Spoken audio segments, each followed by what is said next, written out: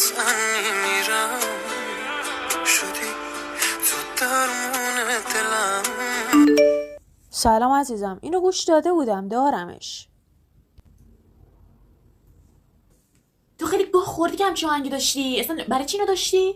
همین الان قبلیه رو پاک میکنی، این که برات فرستادم سیو میکنی، از اول آهنگ رو گوش میدی، انگاری که بار اولیه که میشنویش. اصلا چه معنی میده تو همچین آهنگ عاشقانه رو داخل گوشیت داشتی؟ کی برات اینو فرستاده ها؟ کی؟ اصلا کسی اگه برات اینو نفرستاده تو چرا همچین آهنگ عاشقانه دانلود کردی؟ اصلا اون موقع به کی فکر میکردی که اینو دانلود کردی؟ اصلا وقتی این آهنگ عاشقانه رو گوش دادی چطور به فکر من نیفتادی؟ چرا این آهنگ رو برای من نفرستادی؟ آره من چه میدونم، وقتی داشتی اینو گوش میدادی به فکر کی دیگه بودی؟ برای همونم فرستاد.